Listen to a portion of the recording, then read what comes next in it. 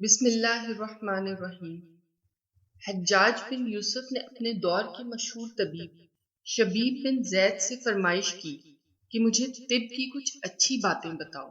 طبیب نے کہا کہ گوشت صرف جوان جانور کا کھاؤ، جب دوپہر کا کھانا کھاؤ تو تھوڑی دیر سو جاؤ، اور جب شام کا کھانا کھاؤ تو چلو، چاہے تمہیں کانٹوں پر چلنا پڑے، جب تک پیٹ کی پہلی غذا ہضم نہ کر لو دوسرا کھانا نہ کھاؤ، چاہے تمہیں 3 دن ہی لگ جائیں، جب تک بیت الخلا نہ جاؤ سونے کے لیے بستر پر نہ جاؤ، پھلوں کے نئے موسم میں پھل کھاؤ، موسم جانے لگے تو پھل کھانا چھوڑ دو، کھانا کھا کر پانی پینے سے بہتر ہے کہ زہر پی لو، ورنہ کھانا ہی نہ کھاؤ۔